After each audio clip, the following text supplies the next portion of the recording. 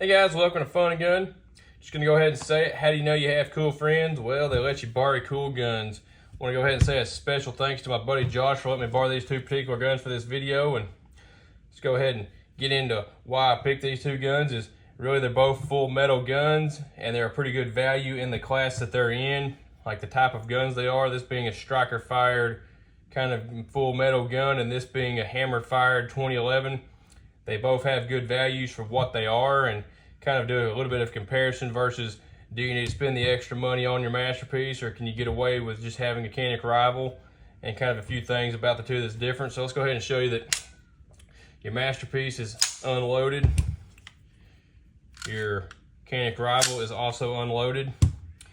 And when I say these are good values, now this gun's definitely not cheap, and this gun's not cheap in the eyes of a lot of people as well, being this gun MSRP is at $899.99, so basically $900 plus tax. So not a cheap gun, but we'll get into why I consider this a good value on through this video. And this gun MSRP is at $3,000 for the base price, and on up to around $3,500 or more depending on how you set it up, because this is more of a custom gun.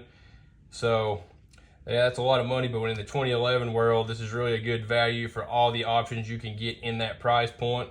Because you start getting into something like an Atlas or something, you're looking at around $6 grand for the same features you're going to get out of your Masterpiece here. So that's why I consider this a good value. So let's kind of go talk about which one of these is right for you, because these both, we'll go ahead and say both these guns are set up to shoot and carry optics division and IDPA. So that's kind of the type of competition that we're going to be talking about here, what they're set up for. So I'll go ahead and cover that now. But let's go ahead and start with the sights on these guns, do a little bit of comparison what you can get on both. This particular gun here has a Holosun 508T on it. This is the green dot. And this one right here, the Canik, has a 507C. And this is the green, or the red dot, not the green dot. And I will say, after shooting these two guns back to back, I still prefer a red dot. It's what I'm used to. And when you're shooting in the woods, in my opinion, it's just easier for me personally to keep up with the red dot, because everything in the woods is always a green. So just figured I'd throw that in there. But let's talk about the co-witness factor of these two guns. And this particular DS9 Hybrid actually shipped with a set of co-witness sights on it. As you can see, the optics plate itself has a rear sight mounted on it, and you have a place up front to mount your front sight that he has removed, because the type of competition we use this, or he used this gun in, you don't really need the sight. More of a carry thing in my opinion. So if you lose your rear sight or your front sight when you mount the red dot to it for a competition gun, not as big of a deal in my opinion. But you actually have the option of just getting the rear plate here without the rear sight, and actually a blank plate on the front, just having a slide ride red dot only on your Masterpiece. And on your Canik here, you actually completely lose your rear sight altogether when you put the mount on this gun. The rear sight plate actually has the sight mounted to it. So if you do take and put a red dot on it, you do lose that sight. But I will say, I believe they do make a plate that you can get that has a rear sight. I'm not sure exactly what dots you can mount to that, but I believe it is an option. So it could be possible that you could co-witness this gun as well. I will say that with the Canik here, you're going to get like 5 different optics plates in the box with it. So you have quite a few different options of what you can mount to it right off the bat. And you also have the opportunity to, if you want to put a side charging handle into this little hole right here to rack the slide with, that's an option with the Canik that you don't get with your Masterpiece here.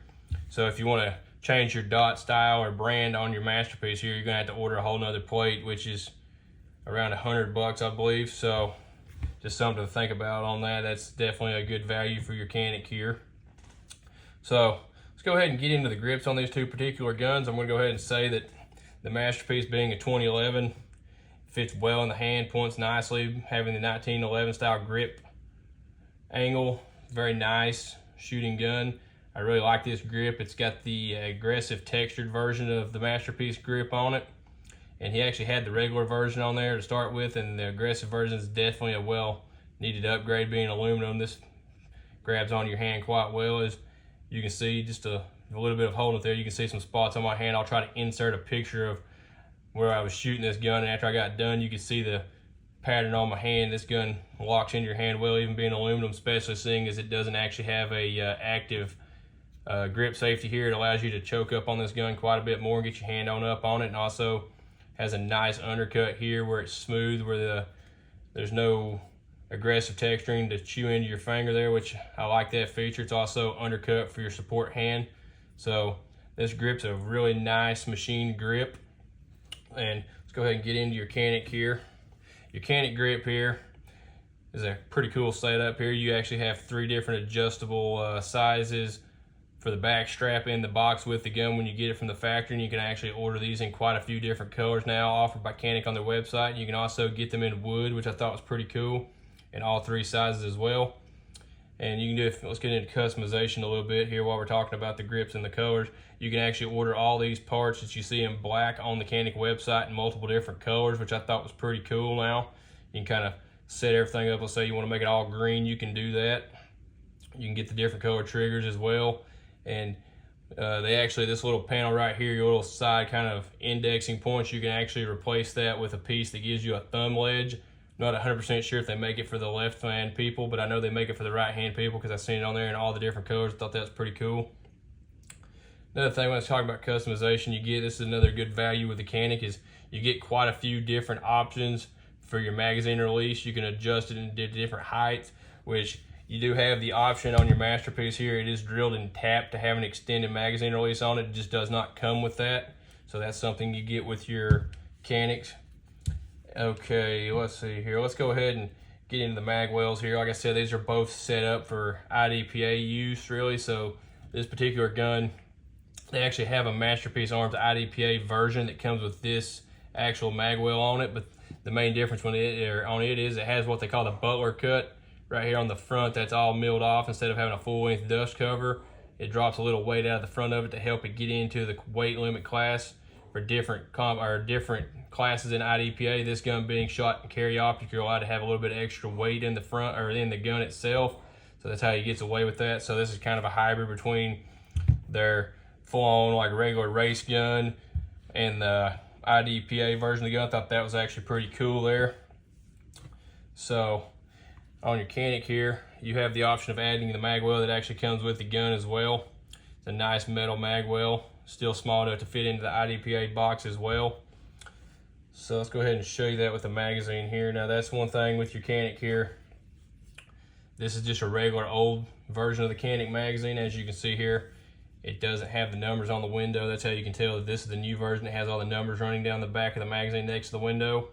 These are the actual magazines that come with the gun. These 2 right here, you get 2 18-round mags with your Canik, and it comes with the aluminum base plate. So if you do put the magwell on there, you are going to want to use the aluminum base plates, because empty mag, you put that in there and your base plate's almost flush with the bottom of the gun. So this particular mag he uses as a starting mag, so he doesn't have to use it as a reload, because as you can see, these mags stick down far enough to give you something good enough to slap onto to get them into the gun, which you don't get that with the factory mag. And nice thing about the Canik mags are these mags come in around 35 bucks for a 18 round, and I believe it was 40 bucks for a 20 round. So not too expensive on the mags. You might be able to find them used in gun shows and whatnot, kicking around at less than that.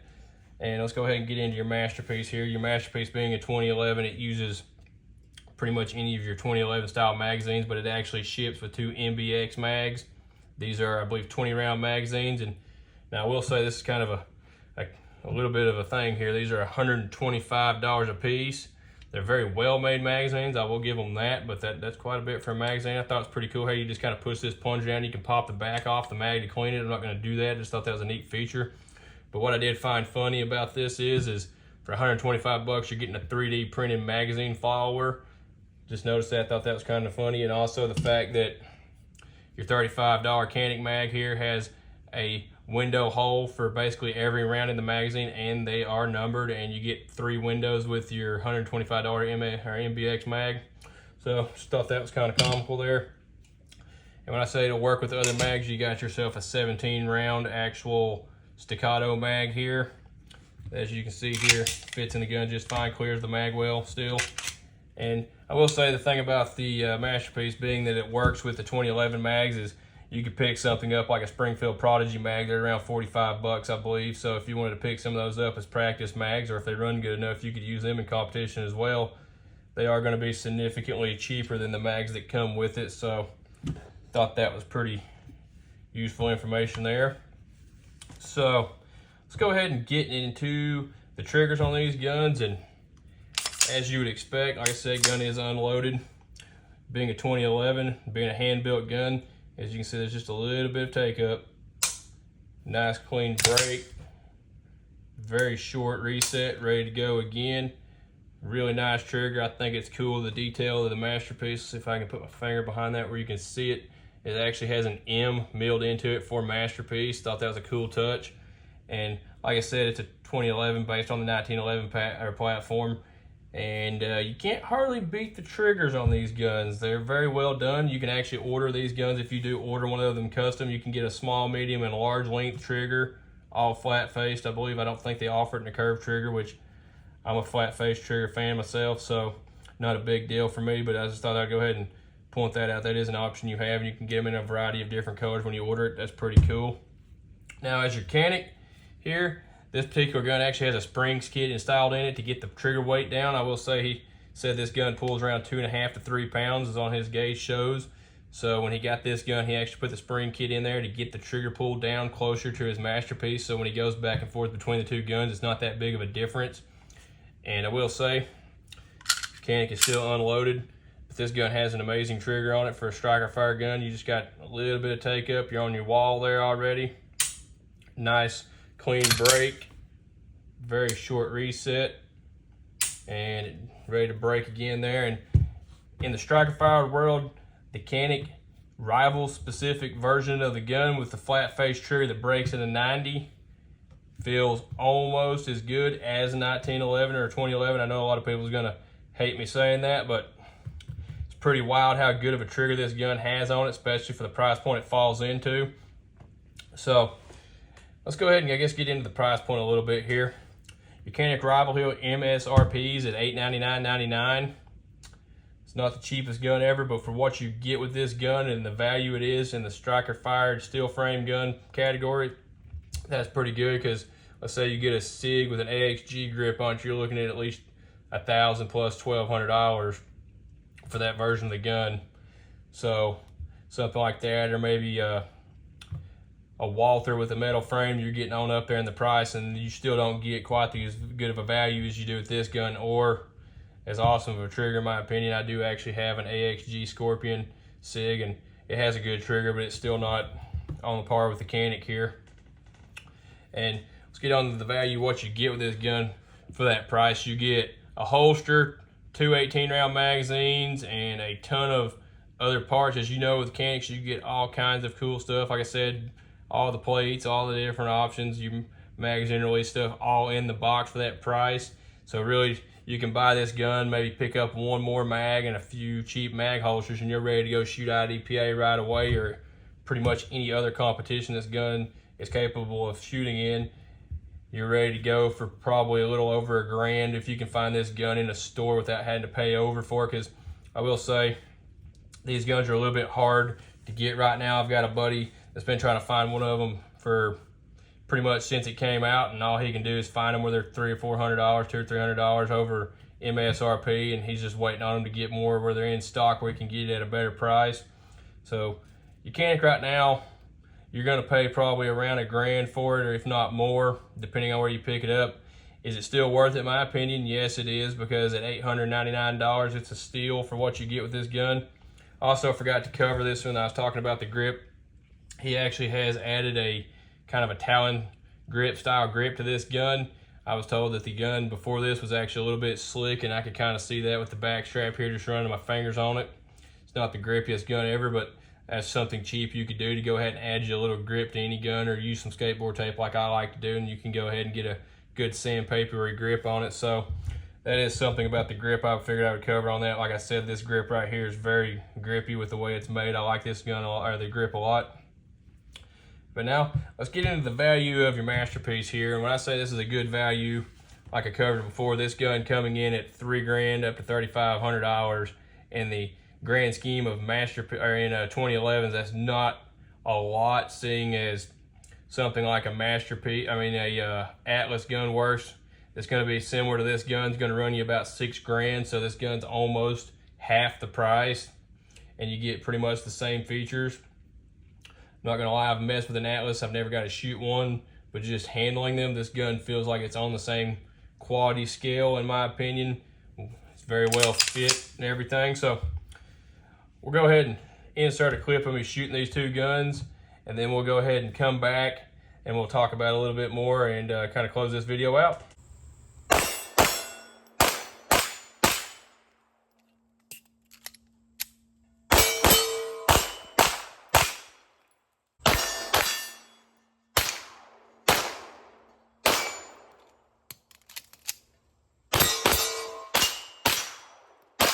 Okay, as you can see, both these guns shoot very well.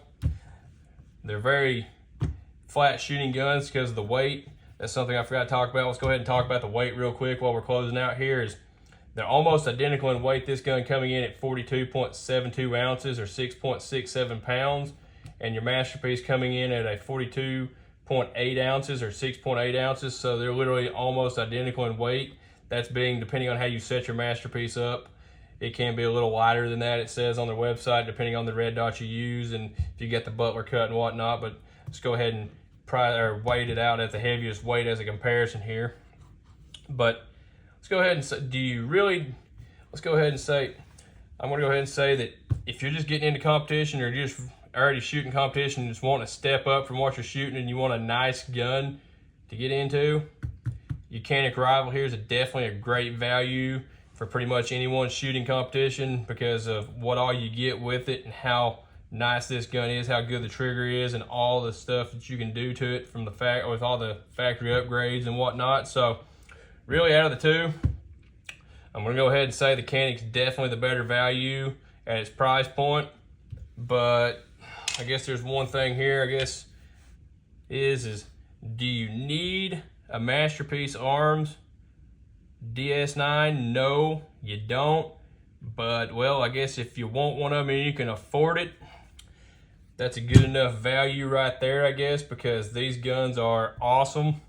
I want one of these myself. I think if I got one of them, you can actually, that's another thing, you can order this gun now with they call it the V6 port, which is something that the Rival, I'm not sure if anybody's offering right now, is a ported barrel, but that is another option you can get with this gun. Which you, with the Atlas that I was looking at, it's not even an option, and this gun has that option, so that's a few things you can get with this versus an Atlas. So really, it may not be the highest value in the competition gun world, but in the 2011 world, this is definitely a great value, and I'm going to say that if you end up with either one of these guns, or both of them like my buddy here does, or has, you're not going to be unhappy with either one of them. Both of them are very nice guns. You're going to enjoy either one of them, but it really, if money wasn't an option, I had to pick one of the two. Which one's my favorite? It's going to be the DS9. I'm a real 2011 lover. I like the triggers in them, and there's a good chance I'll probably end up with one of these myself sometime in the future. So just figured I'd go ahead and do a little bit of a comparison of these two guns and show you that you can get away with having something such as a Canik Rival here, specifically the S model in this category. I guess the regular Rival is also an awesome gun, but just figured I'd go ahead and compare two metal guns here and give you a little bit of information and kind of see if you really want to spend the extra money on it. Just go ahead and get yourself a Canik Rival here, because either way, you're going to be happy. Okay, if you made it this far, I just want to say thanks for watching. Don't forget to like, comment, and share. If you're looking for more fun and gun right now, you can click one of the two recommended videos there. If you're looking for more fun and gun later, you can go ahead and click that there subscribe button. I sure would appreciate it. And if you're finding me from Facebook, go ahead and click that open app button at the top to make all that a lot easier, and I'll see you next time.